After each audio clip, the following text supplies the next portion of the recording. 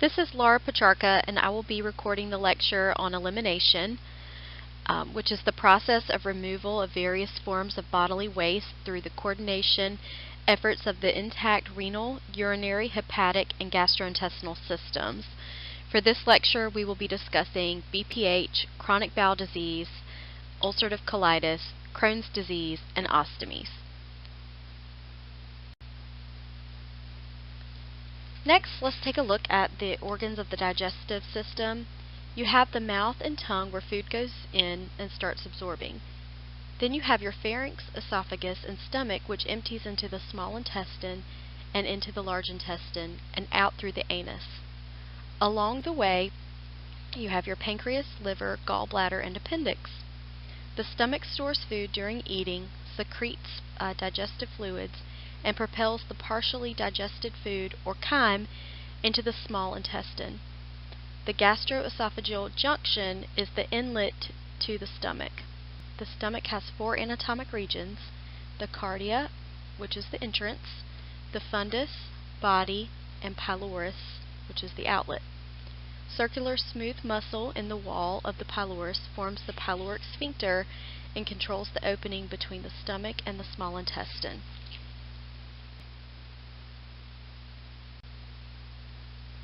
Next, let's take a look at the organs of the digestive system. You have the mouth and tongue where food goes in and starts absorbing. Then you have your pharynx, esophagus, and stomach, which empties into the small intestine and into the large intestine and out through the anus. Along the way, you have your pancreas, liver, gallbladder, and appendix. The stomach stores food during eating, secretes digestive fluids, and propels the partially digested food, or chyme, into the small intestine. The gastroesophageal junction is the inlet to the stomach. The stomach has four anatomic regions: the cardia, or the entrance, the fundus, the body, and the pylorus, or the outlet. Circular smooth muscle in the wall of the pylorus forms the pyloric sphincter and controls the opening between the stomach and the small intestine. Just be a little familiar with the organs and how they work. You don't need to go too crazy in depth with this.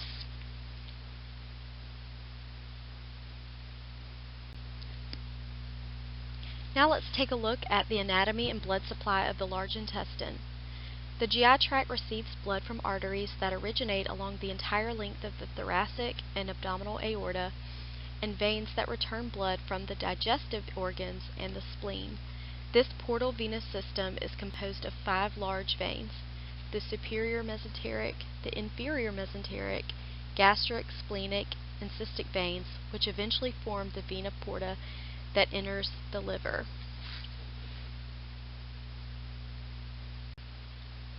Functions of the digestive tract include breaking down the food for digestion, absorption of nutrients produced by digestion into the bloodstream, and elimination of undigested food and other waste products. Some key terms that we want to discuss are digestion, absorption, and elimination. First, with digestion, it's the phase of the digestive process that occurs when enzymes mix with ingested food and when proteins, fats, and sugars are broken down into their component molecules. Next, we have absorption, which is the phase of the digestive process that occurs when small molecules, vitamins, and minerals pass through the walls of the small and large intestine and into the bloodstream. And lastly, elimination, which is the phase of the digestive process that occurs after digestion and absorption when waste products are eliminated from the body. Now we're going to take a look at the major enzymes and secretions. Duodenal secretions come from the accessory digestive organs, the pancreas, liver, and the gallbladder, and the glands in the wall of the intestine itself. So these secretions contain a digestive enzyme, amylase, lipase, and bile. The digestive enzymes secreted by the pancreas include trypsin, which aids in digesting protein, amylase, which digests starch, and lipase, which aids in digesting fats. So now let's answer a question. True or false? Lipase is an enzyme that aids in the digestion of protein. The answer is false. Lipase is an enzyme that aids in the digestion of fats. Trypsin is an enzyme that aids in the digestion of protein.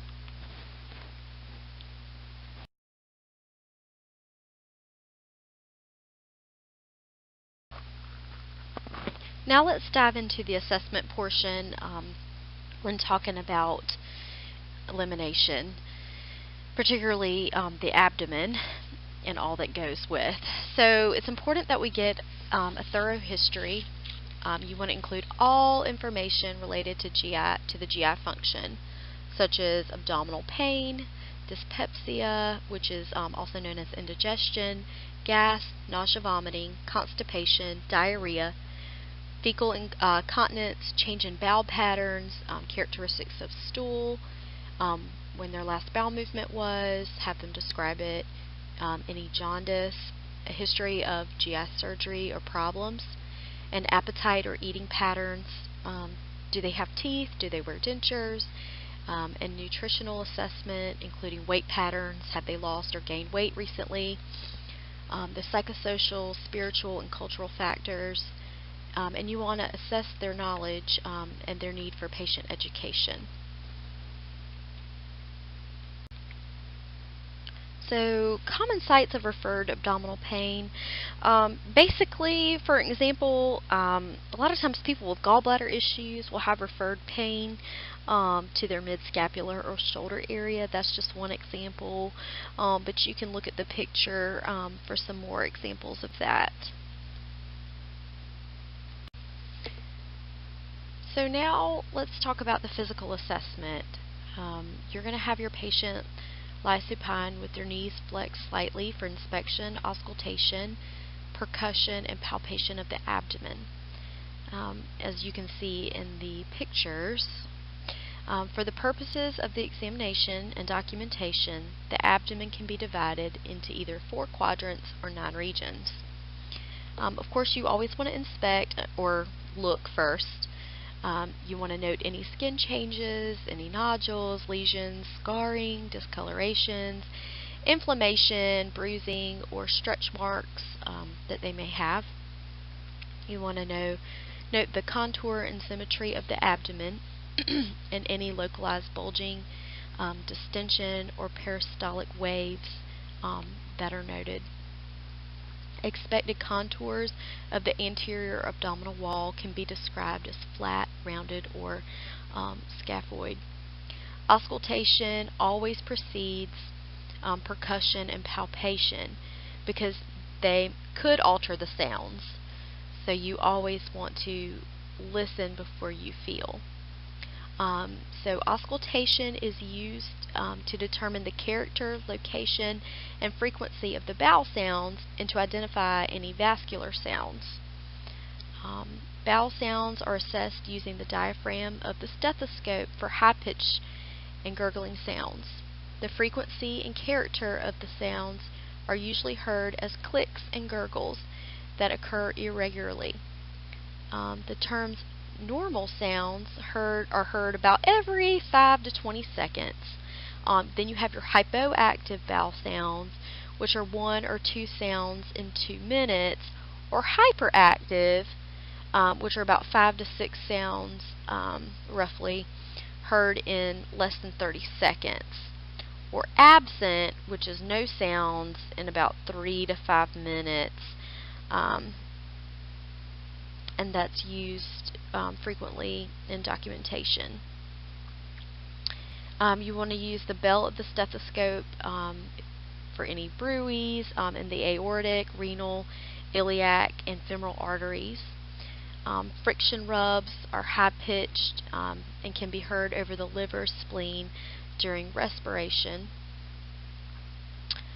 Percussion is used to assess the size and density of the abdominal organs and to detect the presence of air-filled or fluid-filled or solid masses. Percussion is normally taught in the more advanced assessments, but I'm just going to kind of brief over that. Percussion is used either independently or with palpation, because it can validate palpation findings. So all quadrants are percussed for overall tympany and dullness. Tympany is the sound that results from the presence of air in the stomach and small intestines. Dullness is heard over the organs and solid masses. The use of light palpation is appropriate when you want to identify areas of tenderness or muscular resistance, and deep palpation is used to identify masses. A lot of times doctors will do the deep palpation. Make sure that you watch your patients' faces when you're palpating. Ask if they have any tenderness. Testing for rebound tenderness is not performed by many examiners because it can cause severe pain. So light percussion is used instead to produce a mild, localized response when peritoneal irritation is present. So that's just a brief overview. I know that you guys learned this in 134, but just to dig a little bit deeper and give you more of a thorough physical assessment, that's just a brief over that, and you can read more about that in your textbook. The four-quadrant method involves the use of an imaginary line drawn vertically from the sternum to the pubis through the umbilicus, and a horizontal line drawn across the abdomen through the umbilicus. And then you have your 9 regions, which looks like a tic-tac-toe board. And you can look at the picture and see what each number correlates with. Most people tend to stick with the four-quadrant method when they assess. It's just a little bit easier and less confusing, less to keep up with that way. So now let's take a look at some diagnostic tests. I know that in 134 we talked about it a little bit, but just specific to elimination, they can do stool tests where the doctor might order a stool sample.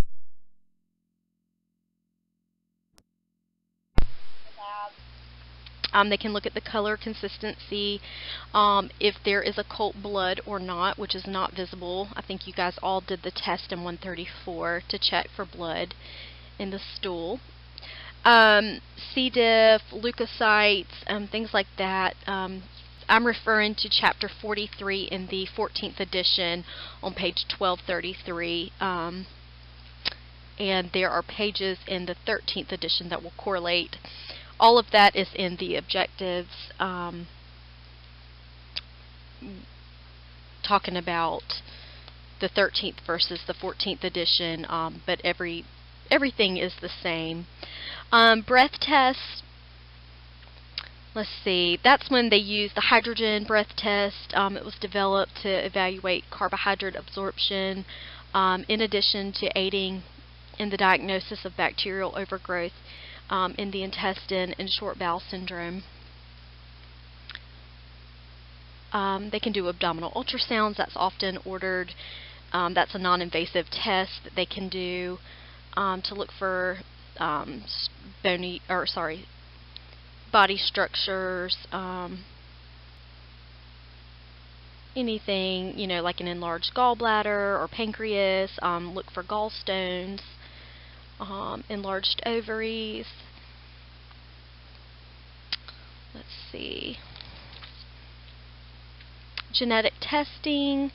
Sometimes they will do that to determine if someone is at risk for GI disorders such as cancer, gastric cancer, lactose deficiency, IBD, or colon cancer. Imaging studies. A lot of times CT scans are popular, PET scans, MRI. Then you have your upper GI tract studies. They use fluoroscopy to delineate the entire GI tract after the introduction of so they would use like the barium sulfate, and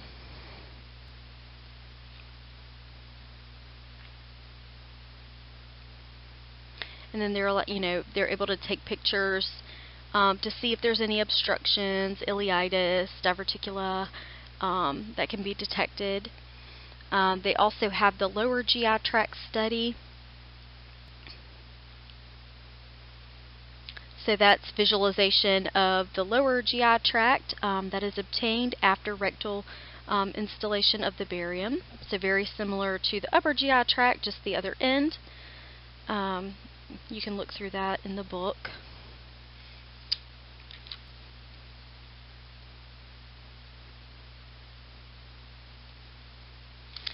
Also, GI motility studies. That's a radionuclide test that's also used to assess gastric emptying and colonic transit time.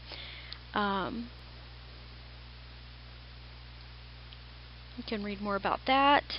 And then endoscopic procedures, such as an EGD, and that's one that you'll see a lot done in the hospital.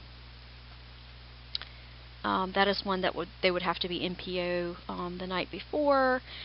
And then after they have their tests, since they do use some sedation, your patients typically NPO for 2 hours after, and you want to make sure that that gag reflex does return. So what are we going to do if our patients are unable to eat? I'll let you ponder that thought for just a minute, and we'll discuss it. NG feeding tubes are used for patients who have the ability to receive and process nutrition, fluids, and medications adequately by the gastric route. But for those patients who have gastroparesis, which is the reduced stomach motility, or severe GERD, gastroesophageal reflux disease, or impaired glottic closure, or someone who's undergone like a partial or total gastrectomy, or otherwise at risk for aspiration. Sometimes they'll use nasoenteric feeding tubes. Remember, having the patient swallow will help carry the tube down into the stomach. That's just a little trick. A gastrostomy is a procedure in which an opening is created into the stomach for the purpose of administering foods, fluids, medications via a feeding tube, or for gastric decompression if there's gastroparesis or GERD or any kind of intestinal obstruction. A gastrostomy is preferred over a nasal tube when needed for support longer than 4 weeks. A J-tube is a surgically placed opening into the jejunum for the purpose of administering food, fluids, and medications. A J-tube is indicated when the gastric route is not accessible, or to lower aspiration risk when the stomach is not functioning adequately to process and empty food and fluids.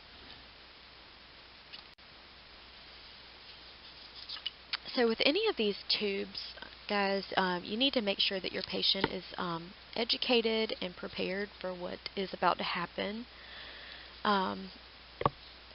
You can watch the tube insertion video. It says tube insertion with the line. Just click that and it'll take you to YouTube to watch a tube being inserted.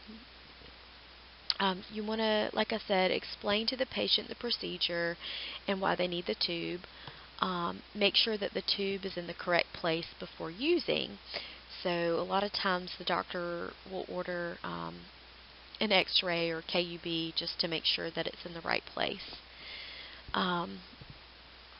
Make sure that your tubes are not clogged. A lot of times if you're not flushing your tubes correctly before and after you give medication, sometimes they can come clogged, and you need to troubleshoot first. So always try some warm water, a little irrigation, try milking the tube. Do that before having to take it out and starting from scratch. Like I said, you want to monitor the patient, make sure to check for placement. Remember, the tubes can come dislodged due to tension of the tube with the patient moving, coughing, suctioning, or airway intubation. You want to make sure that you inspect the nose daily for any skin irritation, and the nasal tape is to be changed every 3 days or as needed. Let's see what else. Just remember, guys, that these tubes, if they do become malpositioned, it can turn bad. It can cause aspiration pneumonia. So we just want to make sure we're following our policies and procedures on how often we need to be checking for placement. Some places like you to check residual every 4 hours or whatever the case may be, but we really need to make sure that we follow up with these policies and procedures at our institutions.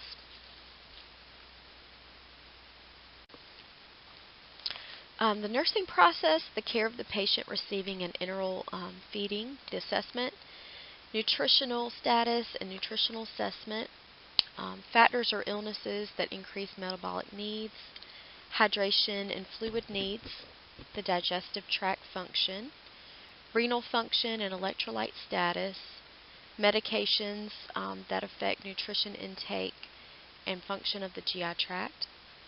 You want to compare the dietary prescription with the patient's needs. And a lot of times you'll have the dietitian on board as well to help make these decisions and help better assess. So nursing process, the care of the patient receiving an enteral feeding, diagnosis, imbalanced nutrition, risk for diarrhea, risk for ineffective airway clearance, risk for deficient fluid, risk for ineffective coping, risk for ineffective therapeutic regimen management, and deficient knowledge. So let's just talk briefly. Maintaining adequate hydration is important, as many patients cannot communicate their need for water. So water flushes are given typically every 4 hours after feedings to prevent hypertonic dehydration. The feeding may be initially given as a continuous drip on the pump in order to help the patient develop a tolerance, especially for hyperosmolar solutions. Key nursing interventions include observing for signs of dehydration. So what would that be? Like dry mucous membranes. We have you look into the patient's mouth with the light. Thirst, decreased urine output. That's why we make you guys collect all of that data. Administering water routinely, monitoring the intake and output strictly, residual volume and fluid balance. You want to promote coping, the coping ability. If the patient is having a difficult time adjusting to the treatment, the nurse intervenes by encouraging self-care with parameters of the patient's activity level. You want to be optimistic and identify indicators of progress, so daily weight trends, electrolyte balance, the absence of nausea, vomiting, and diarrhea. Patients receiving gastric or enteric tube feedings can experience diarrhea or constipation. So some causes of diarrhea would include malnutrition, decrease in the intestinal absorptive area can cause diarrhea, sometimes medications.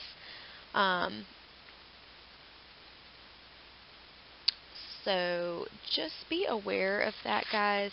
Y'all can read a little bit more in your textbook about the diagnoses, but just keep those in the back of your mind, especially when you're working on your care plans.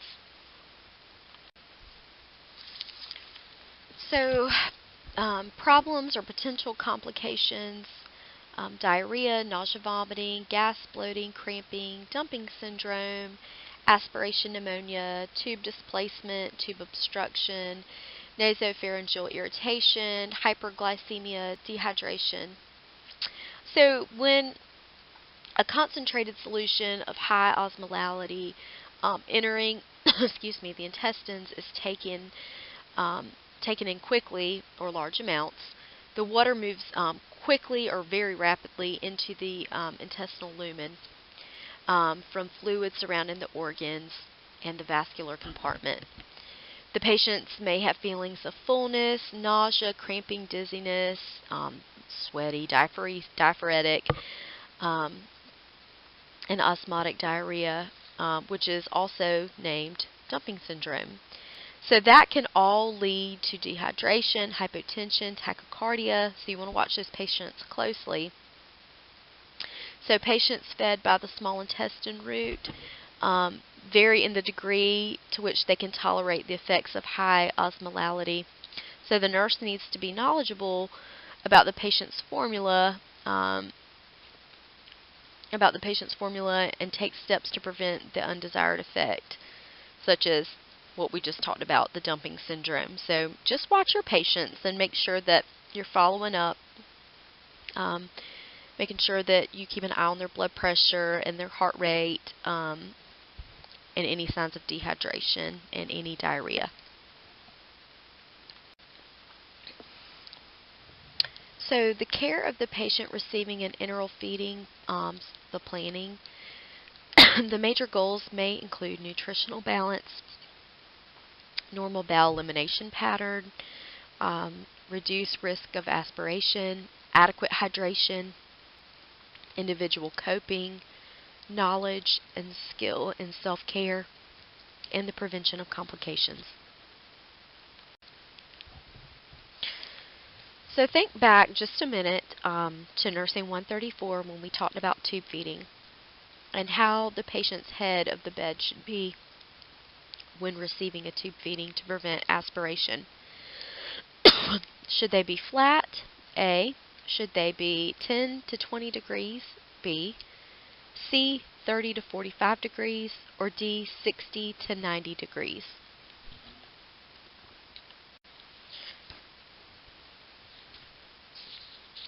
I hope everyone got this right. The answer is C, 30 to 45 degrees.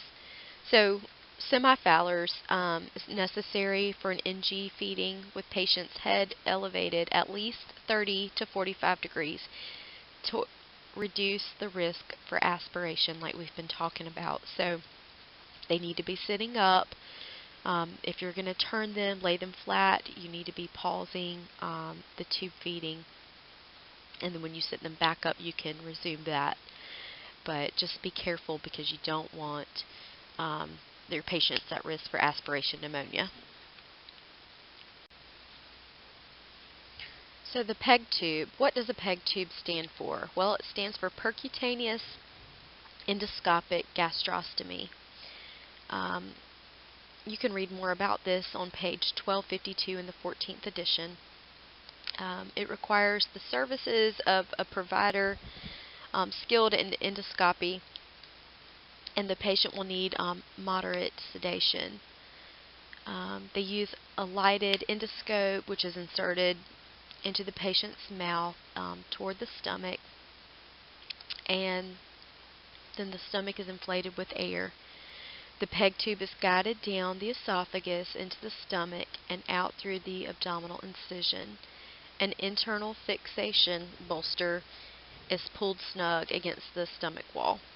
And you can look at the pictures, and I think most of you guys have seen a PEG tube in the lab or maybe on a real patient before. So I want you guys to look at the PEG tube dressing in the picture. Remember that that skin around the site can become really irritated because some of those gastric or intestinal juices can leak around the tube. If left untreated, that skin is going to become macerated and very painful, very red. So you need to be mindful. You want to go by the orders excuse me, that you have given by the doctor, how to clean. The book has a suggestion as well. You would wash around the area of the tube under the bumper with soap and water or the chlorhexidine daily, or as needed to remove any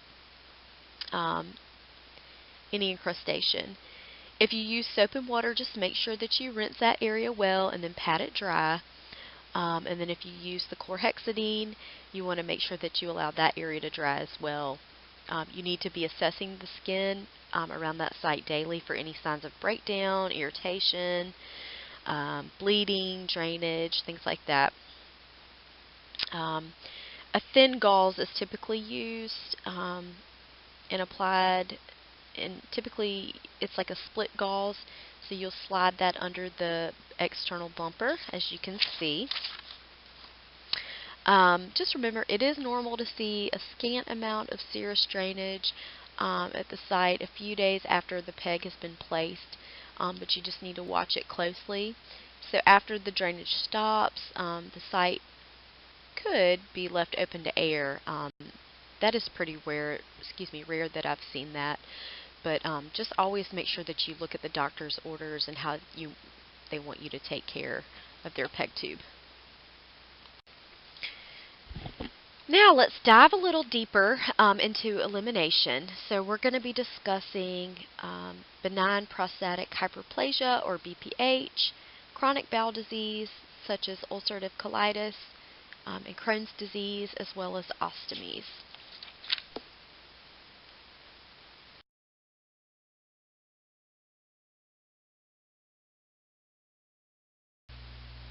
So now let's take a look as to where the IBD occurs in Crohn's disease and in ulcerative colitis. So in Crohn's disease, the location of the inflammation may be anywhere along the digestive tract from the mouth to the anus, usually the ascending colon, but it can be more spread out. And then in ulcerative colitis, the large intestine, or the colon, is typically the only site that is affected, usually descending colon to the rectum. So it begins in the rectum and moves upward. Now let's take a look at the prevalence and populations at risk. I just want to start by saying that they've done a lot of research about the cause of IBD, but the cause is still unknown. They have a theory out there that some environmental triggers like exposure to air pollutants, food, tobacco, viral illnesses, and people genetically predisposed to developing the IBD. So sometimes a faulty immune system in overdrive can cause this, and it tends to be genetic. Crohn's disease in particular can occur at any time. It's commonly found in adolescents or young adults, ages 15 to 40, and then ulcerative colitis, the peak age is 15 to 25, and then 55 to 65, and it's more common in Jewish or Caucasian descent. So now let's talk about the signs and symptoms of Crohn's and ulcerative colitis. So with Crohn's disease, you guys can read more about this in your book, but you will have abdominal pain that's crampy in the right lower quadrant. That's important.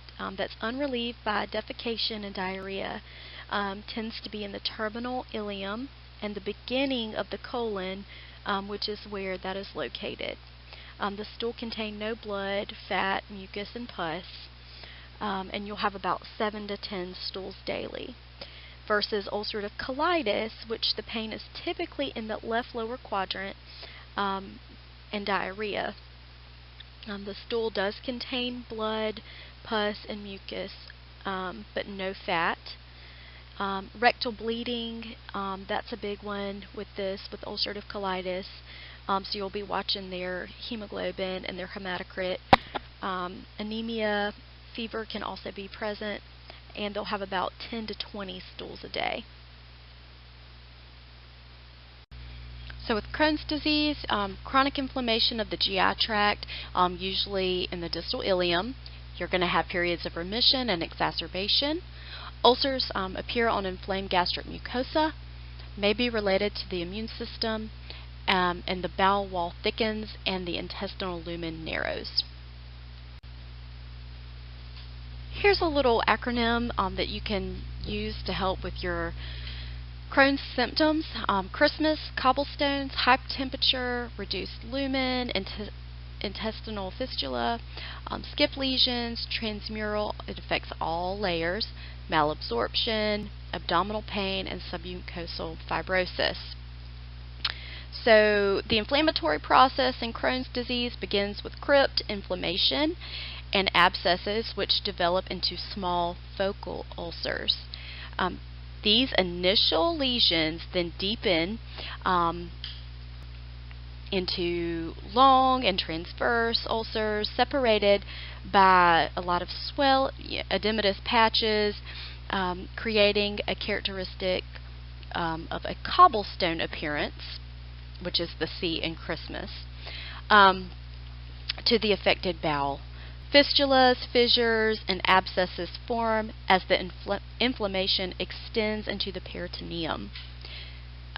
Granulomas can occur in the lymph nodes, the peritoneum, and through the layers of the bowel in about half of the patients.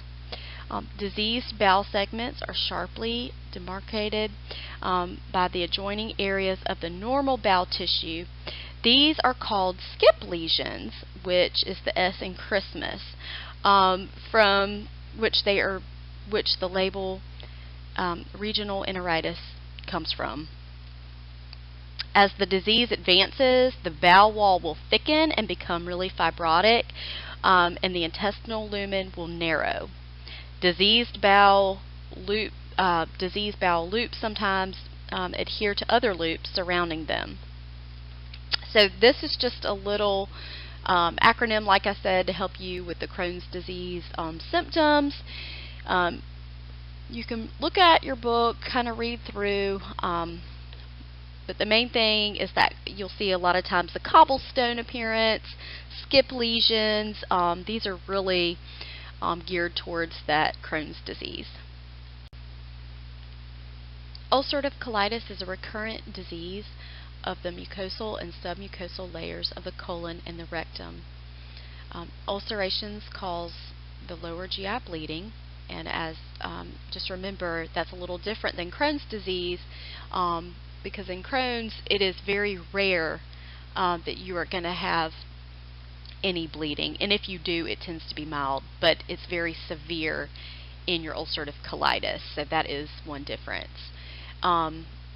Starts in the rectum and can eventually involve the entire colon. It is thought to be related to an autoimmune disease, and bacteria such as C. diff and salmonella have been associated with ulcerative colitis. So it used to be that your patients would have a lot of barium studies of the upper GI, but now they're doing more of the CT scans and the MRIs because of the improved CT and MRI techniques. They get better pictures, and it can actually highlight the bowel wall, thickening and mesenteric edema, as well as any obstructions, abscesses, and fistulas. Colonoscopies, that is a test that they can do to distinguish ulcerative colitis from other diseases of the colon with similar symptoms. So, and just know that they can take biopsies when they do a colonoscopy as well. So I'll let you guys read up in your book. I'm not going to read this all to you, but there is a portion in your textbook within the chapter of management of patients with intestinal and rectal disorders on all of these diagnostic tests. So I'll just let you guys read up on that. The ESR, that's the erythrocyte sedimentation, is usually elevated. They might check albumin and protein levels, for malnutrition. A lot of these patients have the diarrhea, so they want to check those levels. So just make sure you go back through and read up on the diagnostic test. So it's important that we follow the nursing process and get a good assessment of our patient with IBD, or inflammatory bowel disease. So you want to get a health history, you want to identify the onset, duration, characteristics of pain diarrhea, urgency, rectal tenesmus, which is that feeling of incomplete defecation, nausea, anorexia, weight loss, bleeding, and family history. You also want to discuss dietary patterns, any alcohol, caffeine, or nicotine use that can exacerbate and make the situation worse.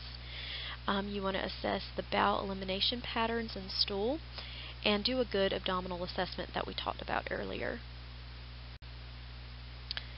So continuing on with your nursing process, we know it's 80 pi, and you learned about that in 134.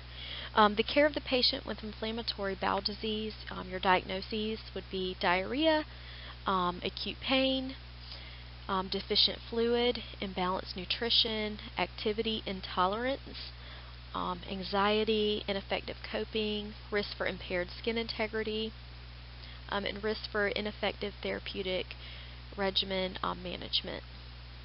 So if you have a patient who's admitted with either Crohn's disease or ulcerative colitis, having issues there, and you're doing your care plan, remember this slide that can help you with your care maps or your data tools. So collaborative problems and potential complications. So electrolyte imbalance from the diarrhea that they may have, and we know from electrolyte imbalance we could have cardiac dysrhythmias. Maybe their potassium is low or it's high. You always want to check your BMP, your basic metabolic panel, to see what your labs look like. GI bleeding and fluid loss, and perforation of the bowel. So we need to be looking at our labs, looking for trends, watching our patients, looking at their heart rhythms, to make sure that we can keep a close eye on them and get them taken care of appropriately, and communicating with the doctor if we see any of these starting to become a problem. So major goals may include attainment of normal bowel elimination patterns, relief of abdominal pain and cramping, prevention of fluid deficit, maintenance of optimal nutrition and weight. You want avoidance of fatigue, reduction of anxiety, promotion of effective coping skills, absence of skin breakdown, increased knowledge of disease process and therapeutic regimen, and avoidance of complications. So it's important maintaining normal elimination pattern, identify the relationship between diarrhea and food, activities, and emotional stressors, provide ready access to bathroom or commode, encourage bed rest to reduce that peristalsis, help just calm the gut down a little bit, because when we're up and moving, of course that's going to increase the peristalsis. Administer medications as prescribed. Record frequency, consistency, the character, and amounts of stool. So that's why we have y'all ask the patients to describe their last bowel movement. When you take the patient to the bathroom or put them on the bedpan, it's important that you pay attention and document appropriately so that the doctor can also see what their stools have been looking like, so they can treat appropriately. So patient education, they need to understand the disease process. I always like to print out the patient some literature if they are able to read, or maybe you can find a video to help them understand what's going on and why it's happening, to kind of put their mind at ease a little bit, maybe some potential tests that the doctor might run, if the doctor has ordered it. Sometimes, it is nice for them to be able to read a little bit about it, so it kind of helps relieve that anxiety. Nutrition and diet, medications, of course we need to be educating, because maybe that patient's never been on medications a day in their life, and now they come into the hospital and they're diagnosed with IBD, and they're started on a whole heap of new medications to help with that inflammation and so forth. So they need to be updated as to what they're getting. Information sources such as the National Foundation for Ileitis and Colitis, and ileostomy care if applicable. Now let's take a look at the treatment. I want to start out by saying the medical management or treatment for both Crohn's and ulcerative colitis is aimed at reducing the amount of inflammation and suppressing inappropriate immune responses, providing rest for the diseased bowel so that healing can take place, in quality of life, and preventing or minimizing complications. Most patients have long periods of well-being interspersed with short intervals of illness, so just keep that in mind. Management depends on the disease, the location, severity, and complications. A low residue diet is always in order for these folks. High protein with vitamins and iron therapy as needed. For severe symptoms, they might be NPO with TPN to give their gut a little rest. Medications, sulfasalazine. We're going to talk a little bit more about that in class, some of these medications during some activities, and you'll have access to that as well. Your corticosteroids are anti-inflammatory, such as your Solu-Cortef, your prednisone.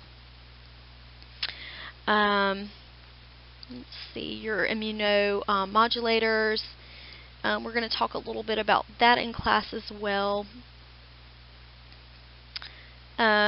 These have been used to alter the immune response, but the exact mechanism of action of treating the IBD is still unknown. So just keep that in mind. Immunosuppressives, antidiarrheals, of course, your Flagyl, which is your antibiotic. These are all going to be used. It's pretty much spelled out in your textbook about the pharmacologic treatment of IBD, but it's always good to know when your patient has a diagnosis of Crohn's or ulcerative colitis and you're looking at their medications. Oh yeah, you can relate this back to their medical diagnosis and it will all make sense. Just remember that smoking, cold foods, caffeine, pepper, alcohol, and any foods that make diarrhea worse should be avoided. Often lactose-containing foods may be poorly tolerated. So just keep that in mind. So now let's talk about the treatment, such as the low residue diet that's going to help these patients with IBD. Oral fluids and a low residue, high protein, high calorie diet with supplemental vitamin therapy and iron replacement are prescribed to meet the nutritional needs, reduce inflammation, and control pain and diarrhea. Fluid and electrolyte imbalances from dehydration caused by diarrhea are corrected by IV therapy as necessary if the patient is in the hospital, or by oral fluids if the patient is at home. Any foods that exacerbate diarrhea should be avoided. Sometimes milk, dairy can contribute to diarrhea, especially in those that are lactose intolerant. So because these patients have flare-ups in remission, these patients really need to watch what they are eating during those flare-ups. They need to watch foods that are high in fiber, hard to digest, such as raw fruits and vegetables, popcorn, corn, nuts, things that are hard on that digestive system, because that digestive system is inflamed. It's not working properly and it won't be able to do its job. Fatty foods, spicy and dairy products, wheat, fish, things that tend to be allergens for those people. On the flip side, they will want to consume foods that are easy on the digestive system. So low fiber foods like white rice or cooked fruits and vegetables that have been skinned, because that breaks down the fiber. Also staying hydrated and eating enough protein.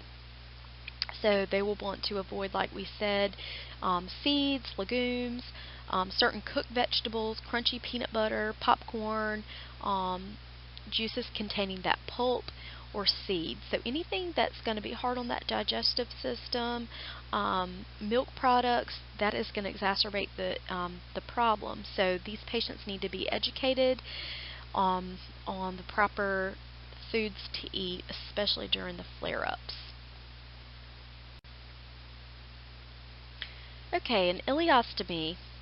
An ileostomy is commonly performed after a total colectomy, so where they take out the entire colon. The large intestine is completely removed. It can be done for IBD, which is most common, and cancers.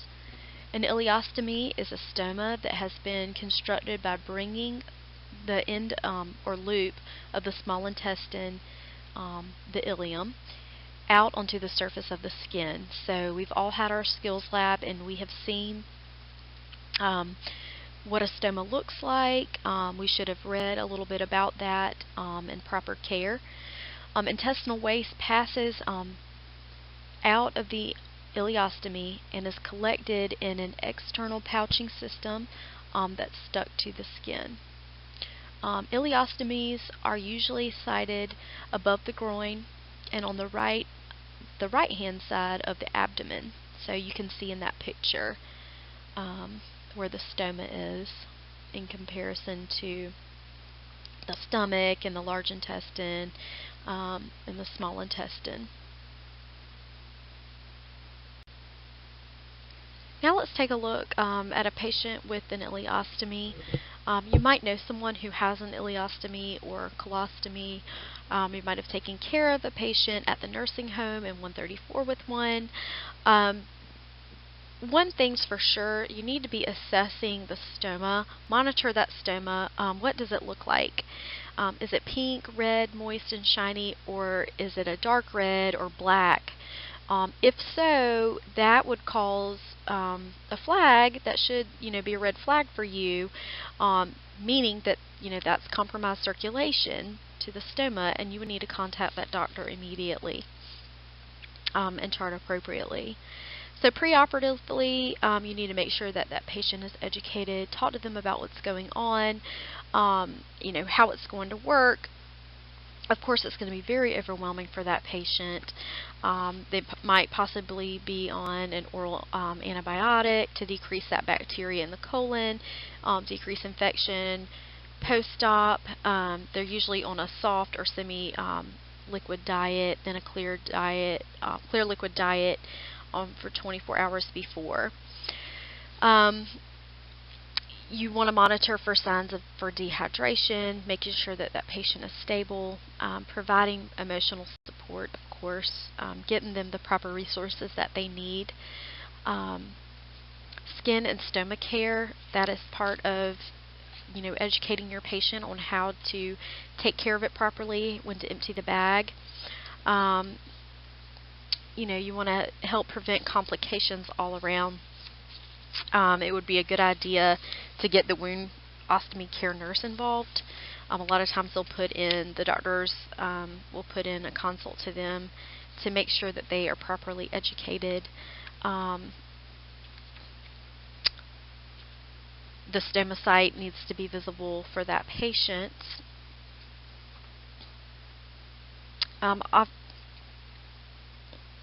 Another thing, post-op, general abdominal surgery care is required as other patients undergoing abdominal surgery. The nurse should encourage early ambulation. You want your patient to walk. The nurse should, of course, observe the stoma size and color.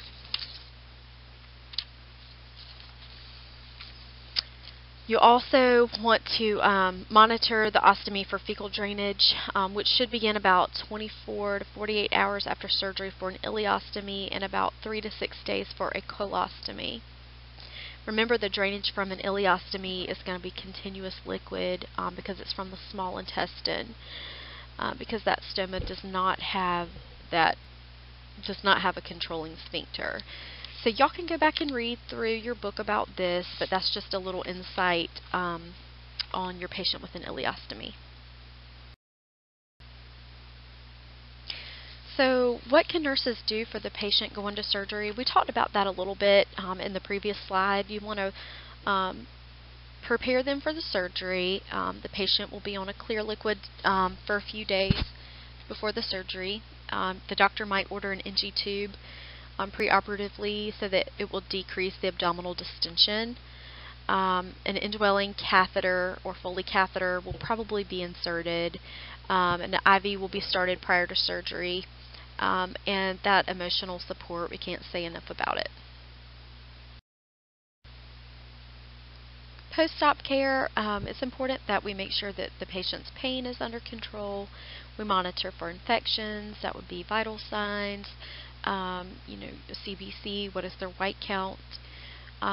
Your electrolyte levels will need to be monitored, so the doctor might order a BMP. You would need to make sure that the levels of their sodium and potassium, on and on and on, are within normal range. If not, you would need to handle that appropriately.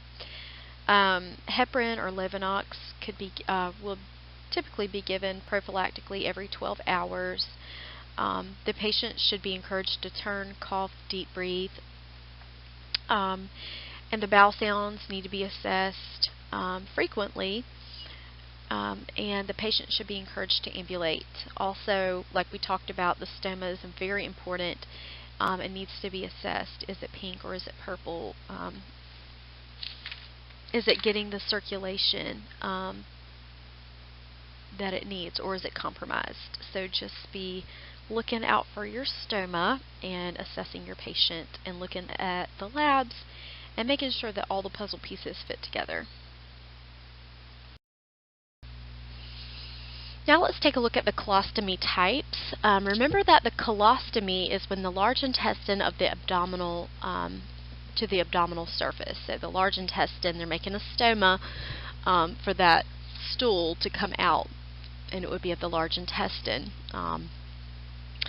So in order to remember the location of the different colostomies, because there's 4 different ones, you can remember the mnemonic DATS, D-A-T-S, DATS colostomy, because it depends on where the colostomy is as to what the stool is going to look like when it comes out, because the job or the role of the large intestine is to absorb water. So as the feces or stool moves down the large intestine, it will be more and more formed. So it kind of depends on where your colostomy, where your stoma is, as to what that stool will look like.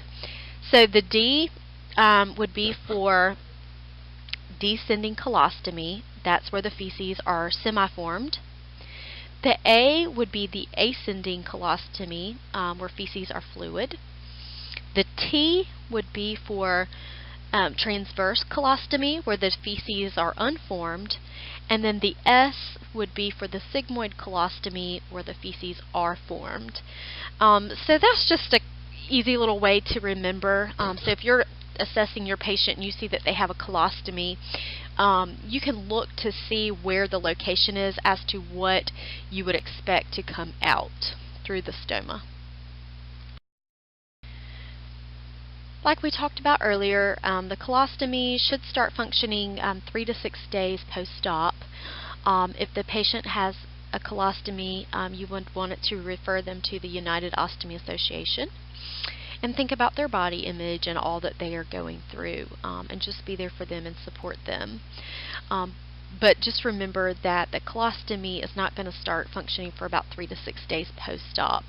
And the patient has been on a liquid diet, and then NPO for their surgery, and then coming off of that, they probably would start with the clear, and then the full, and then the regular diet. So it takes a little while for that to start functioning. When your patient has, or when their colostomy is new to them, you do want to teach them about the stoma, of course, and the stoma care. Changing an appliance, so a regular schedule for changing the pouch before leakage occurs must be established for those with an ostomy. The patient should be educated to change the pouch. The amount of time a person can keep the appliance sealed to the body surface depends on the location of the stoma and on the body structure. The usual wearing time, which also depends on their skin type, is 5 to 10 days. The appliance should be emptied every 4 to 6 hours, or at the same time that the patient empties the bladder. And I believe that y'all talked a little bit about that in your skills lab. Um, you would want to teach the patient,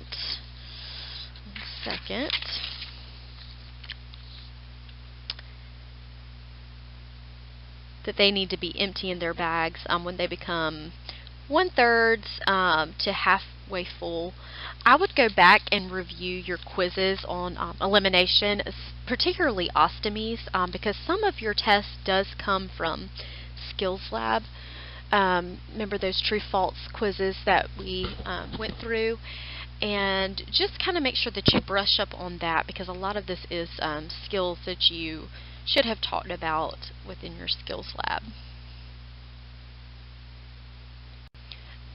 Again, just to review, I know that we talked about the placement of the colostomies in the previous slide, and we used the DATS little acronym.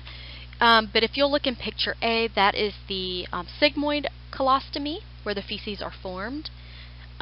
B would be the descending colostomy, the feces are semi-formed. C is the transverse colostomy, the feces are unformed. And D, the ascending colostomy, where the feces are fluid.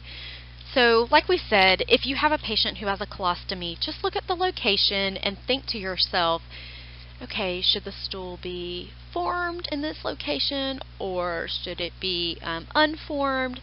And kind of think back as to why.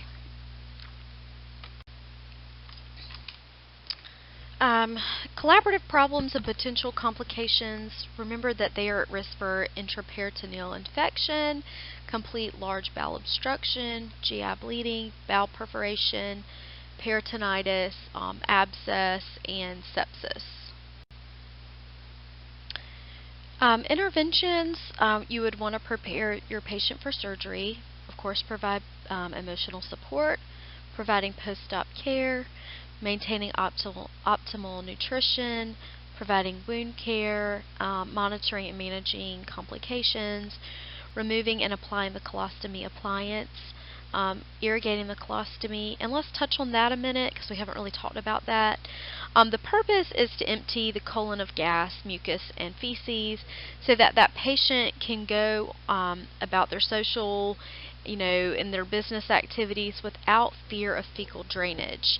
So regulating the passage of fecal material can be achieved by irrigating that colostomy or allowing that bowel to evacuate naturally without irrigations.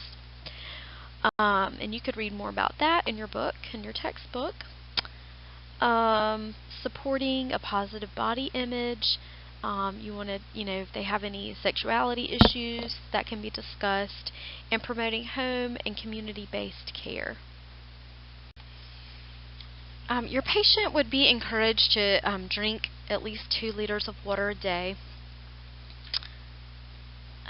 They would also be on a low residue diet for about the first 6 to 8 weeks.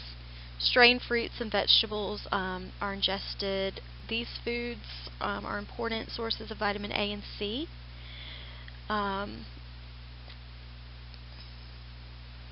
You'd want to be careful, of course, with the hard-to-digest foods such as celery, popcorn, poppy seeds, and coconut, because that can result in stomal obstruction, food blockage. So, for a person with an ileostomy, foods are reintroduced one at a time. So, getting enough fluids during the summer may be a challenge, especially with sweat and fluid loss through the ileostomy, but you would want to encourage enough water. Gatorade can be helpful sometimes in getting that electrolyte and balance back in order. Let's see, hygiene, they might need some sitz baths to kind of help heal. Educate on self-care. We've kind of touched on that a good bit now.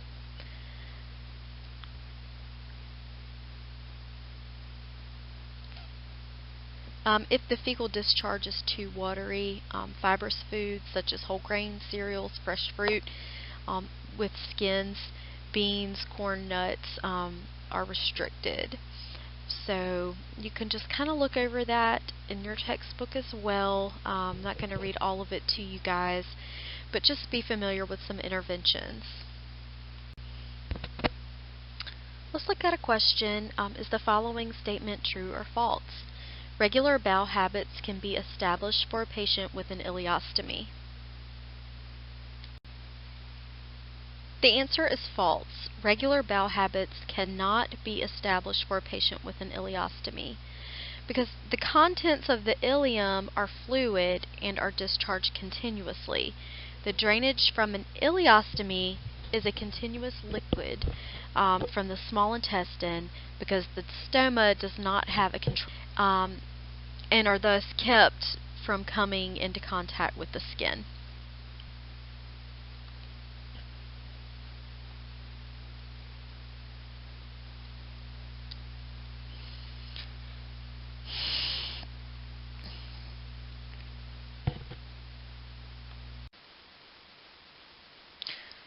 So now switching gears, we're going to talk about the prostate and in particular BPH, which is benign prostatic hyperplasia. So before we go into detail on this, we need to understand that the prostate is a donut-shaped gland with two lobes, and it is located below the bladder about halfway between the rectum and the base of the penis. It encircles the urethra, which is the tube that carries the urine from the bladder out through the penis. And in young men, it is normally about the size of a walnut. The prostate produces most of the fluid that makes up the semen.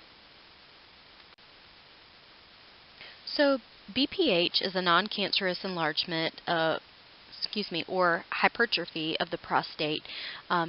Is one of the most common diseases in aging men.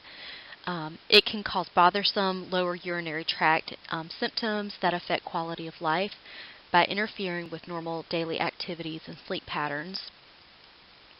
By the time they reach about 60 years of age, 50% of men have BPH. It affects as many as 90% of men by 85 years of age. BPH is the second most common cause of surgical intervention in men older than 60 years.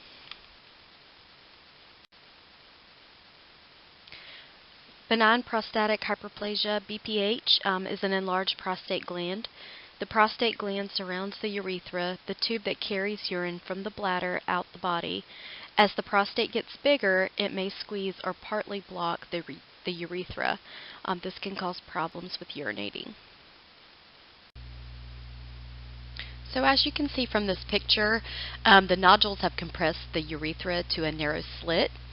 So as a result of the prostate getting so big, and it's wrapped around the urethra, it's going to cause a ton of urinary issues.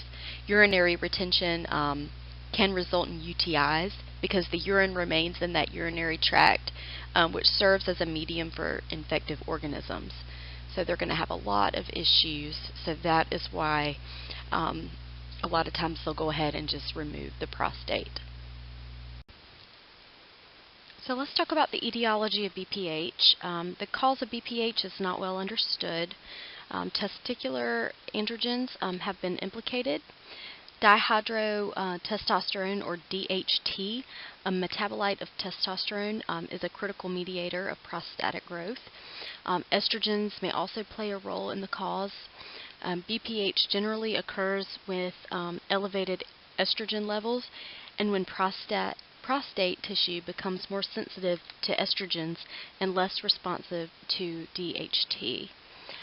Smoking, heavy alcohol consumption, obesity, reduced activity level, hypertension, heart disease, diabetes, and a Western diet such as high in animal fat and protein and refined carbohydrates, low in fiber, are all risk factors for BPH.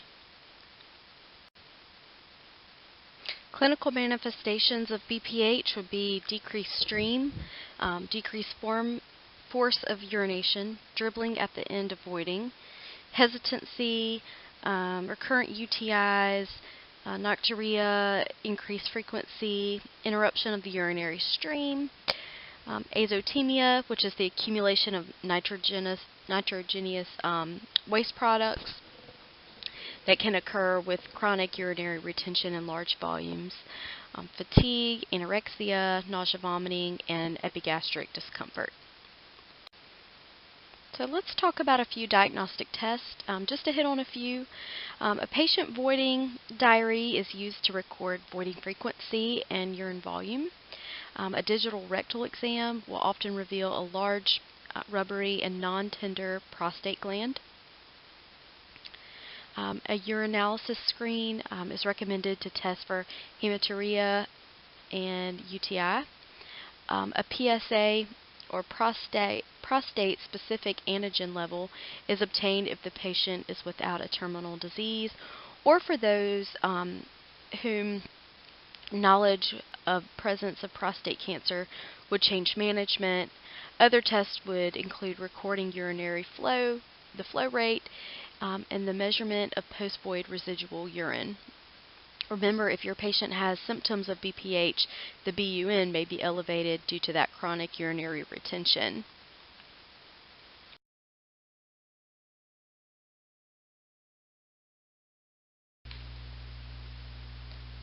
Now we're going to talk about the treatment for BPH.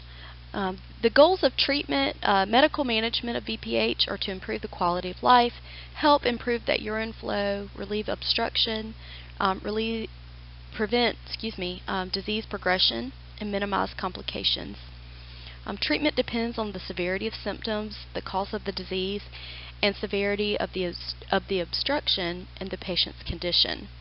If a patient is admitted on an emergency basis because they can't go to the bathroom, they are unable to void, they are immediately catheterized. Sometimes the catheters that we have are too soft and pliable to advance through the urethra into the bladder. So a lot of times a urologist will have to be consulted, and they'll have to use a thin wire or stylet to get the catheter where it needs to be because of all that resistance that we could encounter. Pharmacologic treatment for BPH includes the use of alpha adrenergic blockers and 5-alpha reductase inhibitors. Alpha adrenergic blockers include alphazocin, terazosin, doxazocin, and tamsulosin. They all relax the smooth muscle of the bladder neck and the prostate. This can help improve urine flow and relieve symptoms of BPH. You'll see a lot of your patients on this, especially sometimes older men. Side effects could include dizziness, headache, fatigue, postural hypotension, rhinitis, and sexual dysfunction. Another method of treatment, it involves hormonal manipulation with anti-androgen agents. The 5-alpha reductase inhibitors, such as finasteride and dutasteride or Avodart, are used to prevent the conversion of testosterone to DHT and decrease that prostate size. You can look at the side effects: decreased libido, ejaculatory dysfunction, erectile dysfunction, breast enlargement, and flushing. So sometimes they'll use a combination therapy, doxazocin and finasteride, that has been known to decrease symptoms and reduce clinical progression of the BPH. So again, you can go back through your book and read a little bit more about these, but just a generalized treatment for BPH. When you go to the hospital, get your patient assignment. If you pick up on any of these drugs that are on your MAR, you might now know a little bit more about them. Go back to their history. Do they have a history of BPH? So it's kind of interesting to connect those dots, but you will see some of your patients on these medications, and you might have to think, what in their history makes them on this medication? But it's fairly common, so just be aware of these drugs. Like I said, you can go back into your book and read more about that. All right. So watchful waiting is the phrase often used to describe the monitoring of the condition with regular checkups. Alcohol, anticholinergics, antidepressants should be avoided. They all impair the muscle function. Tranquilizers and nasal decongestants often cause urinary retention. So just make sure if your patient takes a nasal decongestant daily, it would be concerning, and you would want to have a talk with them that it could cause some urinary retention. Patient must be instructed to empty the bladder frequently to avoid bladder distension and avoid straining and lifting heavy weights to prevent hemorrhage. Surgical intervention. The type of surgery depends on the size of the prostate, location of the enlargement, whether surgery of the bladder is needed, the patient's age, and physical condition. It's used for patients with recurrent and obstructive problems caused by BPH, and it is often the treatment of choice.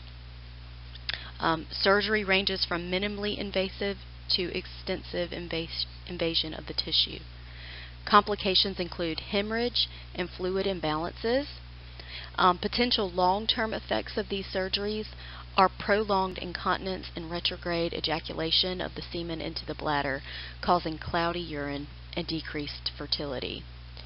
The capsule of the prostate gland is left intact and the nodular gland tissue is removed. Transurethral approach is a closed procedure. The other three are open procedures requiring a surgical incision.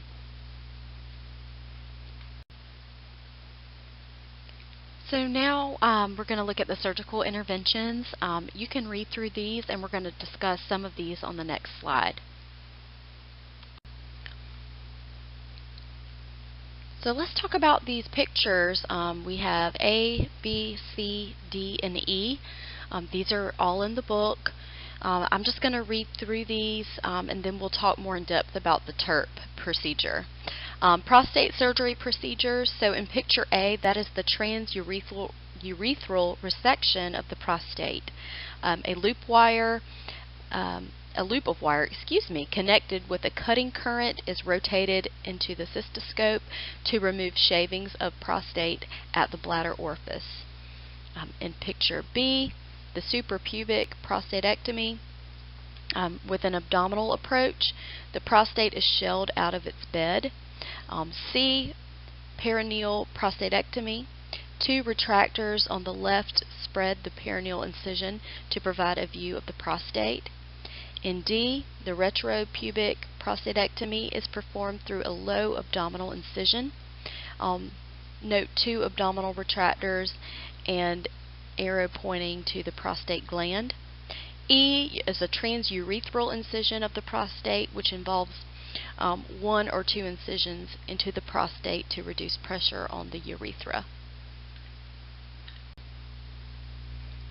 So as promised, I told you we were going to talk about the transurethral resection of the prostate, or TURP procedure. It is the most commonly performed procedure. It remains the benchmark for surgical treatment of BPH. It involves the surgical removal of the inner portion of the prostate through an endoscope inserted in through the urethra. No external incision is made. It can be performed with ultrasound guidance. The treated tissue either vaporizes or becomes necrotic and sloughs. The procedure is performed normally inpatient. They'll have to stay at least a night in the hospital, but it does result in less post-op bleeding than a traditional surgical prostatectomy. But remember, they are still at risk for hemorrhage post-op. Also, the procedure rarely causes erectile dysfunction, but it may cause the retrograde ejaculation because removing the prostate tissue of the bladder neck can cause the seminal fluid to flow backward into the bladder rather than forward through the urethra. So I'll let y'all just kind of pause. After I stop talking, you can go back through and read through this PowerPoint as well. So here's a little picture that's kind of fun, kind of breaks down the TURP procedure post-op. You're, of course, going to have your CBI, which everybody's had Skills Lab now, so they know should know how to set it up and be a little familiar, especially with how to calculate your CBI in your output. You want to have close observation of the drainage system. Watch for that increased bladder distension because that can cause pain and bleeding. You want to make sure that you maintain your catheter patency. Watch for the bladder spasms. Sometimes they'll have to be on medication for that. Pain control, analgesics, and decrease activity for the first 24 hours. You want them to avoid straining with bowel movements, increase their fiber in their diet, and they might need a laxative. Complications include hemorrhage. Bleeding should gradually decrease to light pink in 24 hours post-TURP. Urinary incontinence, you would want to teach them Kegel exercises. Infections, they might need increased fluids and prevent the DVT. Anytime your patient goes to surgery, laying around in the bed, they are at risk for DVT. So a lot of times they'll have the SCDs or the sequential compression device, low dose heparin. That everybody's learned how to give a sub-Q injection. Discourage sitting for prolonged periods of time after it's safe for them to get up, of course. So you just need to make sure that you watch closely and observe their lower abdomen for bladder distension. It'll be a distinct rounded swelling above the pubis, which is a manifestation of overdistended bladder. If you are concerned about the bladder being overdistended, you can always check a bladder scan. You don't need a doctor's order to do that to see if they are retaining urine, if that's becoming a problem. In order to prevent clot formation, CBI or continuous bladder irrigation is used, like we talked about. This is the three-way drainage system that is useful in irrigating the bladder and preventing the clot formation. And remember to note the color of the urine. Like we said, it should gradually turn light pink in 24 hours. It might be pretty red at first, but it should gradually be a light pink color.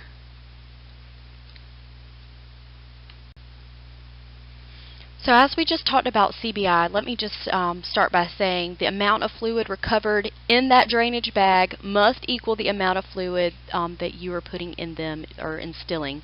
Overdistension of the bladder is avoided because it can induce secondary hemorrhage by stretching those coagulated blood vessels in the prostatic capsule. So you need to keep a close eye on that.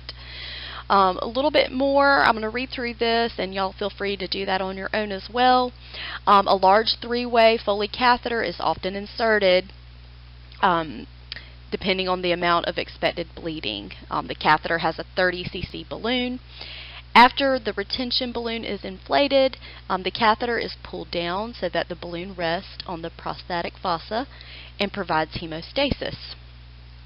The large size catheter is used to control bleeding and thus reduce the occurrence of clots in the bladder. The patient may feel like they have to void or the urge to void due to the catheter putting a little bit of pressure on the internal sphincter of the bladder.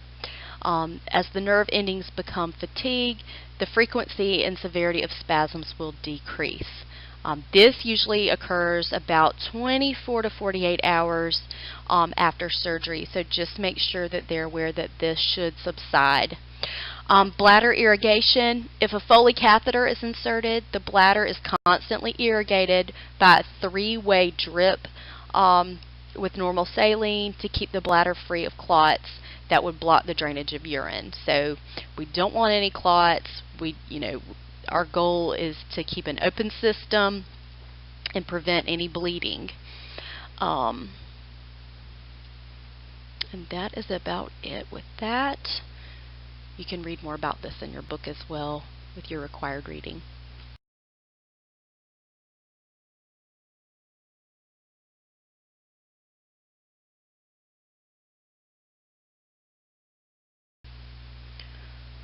So with the nursing process, of course, we always want to assess first. That is first in line with the AD-PI. Assess, then you diagnose.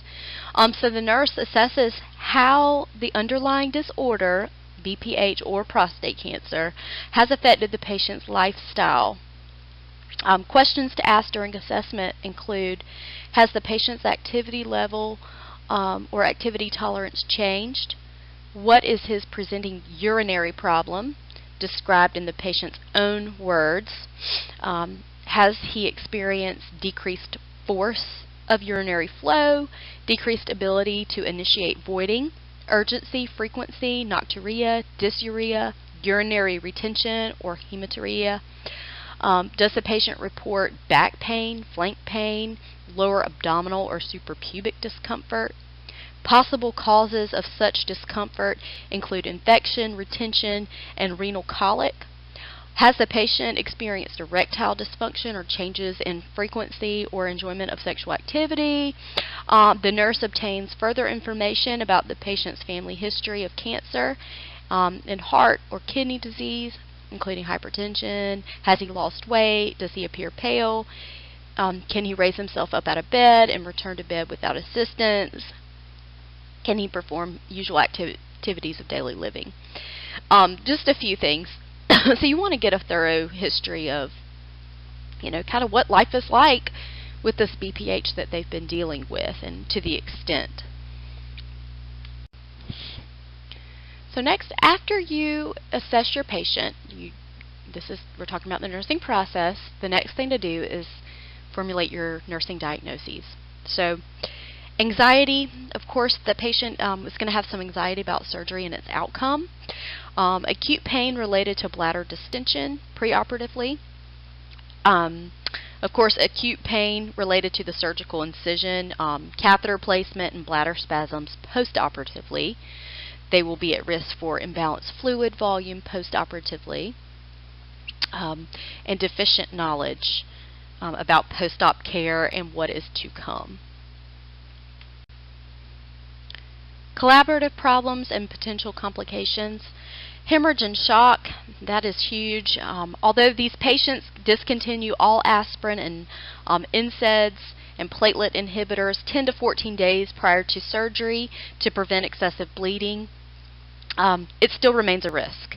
So the risk is increased with BPH because of the hyperplastic prostate gland is very vascular. So bleeding may occur from the prostatic bed. Bleeding may also result in formation of clots, which then can obstruct that urine flow. The drainage normally begins as reddish pink and then clears to a light pink within the 24 hours after surgery. Bright red bleeding with increased viscosity, so the thickness, and numerous clots usually indicates arterial bleeding. Venous blood will appear darker and less viscous. And when y'all get out there and start working, you'll notice the difference if you ever see arterial versus venous blood. You're probably thinking, how is it different? But it definitely is. There's a different shade of red that it will be. So nursing management includes assistance in implementing strategies to stop the bleeding, to prevent or reverse hemorrhage shock. If blood loss is extensive, you'll have to give them fluids or blood products. Always keep an eye on your vital signs. Watch for trends with your blood pressures and your heart rates. Next, infection. So after perineal prostatectomy, the surgeon usually changes the dressing on the first post-op day. Further dressing changes can be the responsibility of the nurse. Kind of depends on what the doctor wants you to do. But you always want to monitor their vital signs. If they have an incision, keep an eye on it and the drainage thereafter. Sometimes they'll order a sitz bath to promote healing. Kind of just all depends. But you can look more at that in your textbook. Of course, you want to keep an eye on their vital signs such as their temperature, as well as their white count. Okay, they're also at risk and have potential complications of venous thromboembolism. So patients that undergo a prostatectomy they are at risk, including DVT, or deep vein thrombosis, and a pulmonary embolism, or PE. So that's why we said a lot of times they might be on a low-dose heparin. It kind of just all depends, or the doctor will put those SCDs on their legs. Early post-op ambulation is essential for the to prevent the risk of VTE. Potential catheter problems, catheter obstruction. After a TURP, the catheter must drain well. An obstructive catheter produces distension of the prostatic capsule, like we said, and it can result in hemorrhage. They can sometimes prescribe Lasix or furosemide to promote urination and help diuresis to keep that catheter patent. Let's see. Urinary incontinence. Post-op urinary incontinence, a common complication of prostatectomy, occurs in about 80 to 95% of patients. Urinary incontinence often decreases over time, although it may last as long as 1 to 2 years following surgery. And I know that to be true. My uncle actually had the TURP procedure and has been battling incontinence for about 3 years now. So it can happen, unfortunately. But they do need to be aware that that is a potential complication.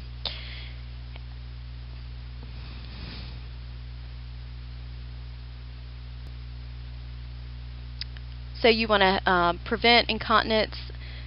Preventing incontinence involves increasing voiding frequency, avoiding positions that encourage the urge to void, and decrease in fluid intake prior to activities. Promoting continence involves pelvic floor exercises, such as those Kegel exercises. Also helps to kind of know where the location of public bathrooms. Coping long-term with complete lack of control may involve collagen injections, artificial sphincter implants, medications, and leg bags, things like that. So hopefully it doesn't get to that point, but just know that that is a potential complication. And then sexual dysfunction, that is a potential complication as well. Depending on the type of surgery, the patient may experience the sexual dysfunction related to erectile dysfunction, decreased libido, and fatigue. These issues may become a concern to the patient soon after surgery or in weeks to months of rehabilitation.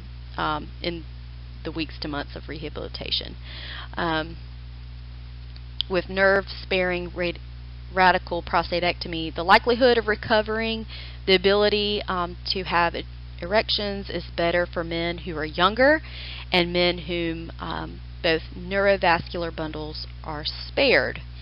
So I guess it kind of all depends on what surgery they've had. They may also improve erectile function in men with partial or moderate erectile dysfunction after radiation therapy for localized prostate cancer.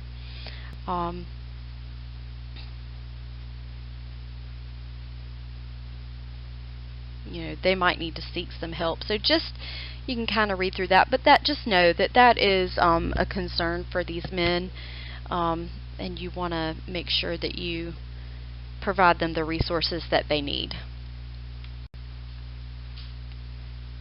Nursing process, the care of the patient undergoing a prostatectomy planning. We are on the P of ADPI. So major goals before surgery include adequate preparation and reduction of anxiety and pain. Major goals after surgery include maintenance of fluid volume balance, relief of pain and discomfort, ability to perform self-care activities, and absence of complications. Relief of pain, you want to monitor urinary drainage and keep the catheter patent. Assessment of pain. Bladder spasms cause feelings of pressure and fullness, urgency to void, and bleeding from the urethra around the catheter. Medication and warm compresses or sitz baths to relieve the spasms. You would want to administer your analgesics and antispasmodics as needed. Encourage patient to walk, but to avoid sitting for prolonged periods. Prevent constipation, and irrigate the catheter as prescribed. So some interventions, of course, you want to reduce anxiety, be sensitive to these patients, y'all, because this can be an embarrassing issue. Establish a professional, trusting relationship, provide privacy, allow the patient to verbalize their concerns, provide and reinforce information, and provide patient education, including explanations of anatomy and function, diagnostic tests and surgery, and the surgical experience. So the patient and family should be educated for home care, including care of urinary drainage devices, if they have them, and recognition and prevention of complications. So regaining bladder continence, just make sure that they are aware that it might not come back right away. You know, continence might take a while, like we said. It's a gradual process. Dribbling can continue up to a year, depending on the type of surgery.